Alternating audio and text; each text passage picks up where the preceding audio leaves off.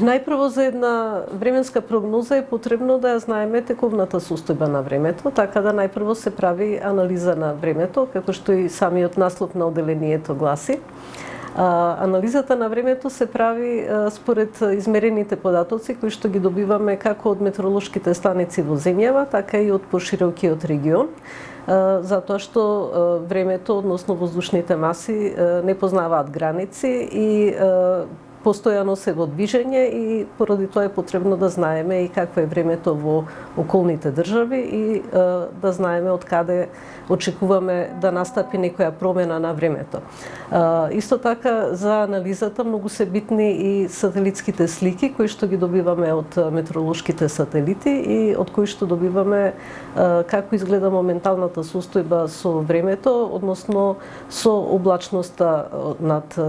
нашето подрачје и исто така над околината, а во летниот период многу ни се важни за овие анализи и радарските слики, кога имаме развој на облаци кои што носат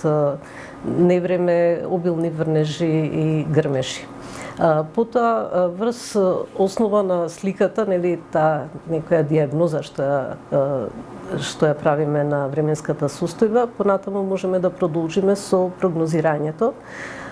Тоа се врши најмногу според прогностичките модели, кои што се всушност во нив всушност се преточени сите физички процеси кои што се одвиваат во атмосферата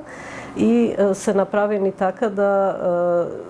добиваме визуализација на овие процеси, односно добиваме слика на атмосферата,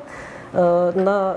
разни висини од атмосферата, какви се температурите, влагата, струењата и според тоа можеме да прогнозираме